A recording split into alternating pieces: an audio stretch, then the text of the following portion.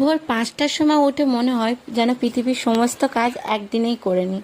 তো দেখতে পাচ্ছ বাইরের আবহাওয়াটা কীরকম, একটু মেঘলা মেঘলা ছিল আর কি। তো এর মাঝে বানিয়েছিলাম সাবসিডি, লুডো আর দাবা। আমি আর ভাই মিলেই বানিয়েছিলাম।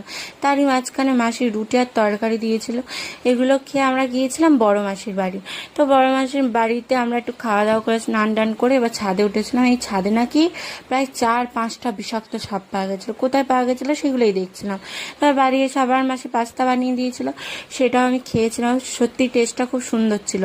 তো ভাই বৃষ্টির আনন্দে নাচানাচি স্টার্ট করে দিয়েছে, একটু ঘুমিয়েও পড়েছিল, প্রায় ডিস্টার্বই করছিল আমাকে বলতে পারলে। তারপর মাসি দেখতে পাচ্ছ ভাত আর এই শুক্তো বানিয়েছিল, মাংসটা জাস্ট অপূর্ব ছিল। এগুলো খাওয়া দাওয়া করার পর আমি আর ভাই খেলছিলাম ক্যারাম ট্যারাম খেলার পর আমি, ভাই, মাসি আর মিশো ভেবেছিলাম বিকেলে একটু ঘুরতে বেরোবো। তো দেখতে পাচ্ছ সুদূর অবধি প্রসারিত পাকা রাস্তায় একদম আমরা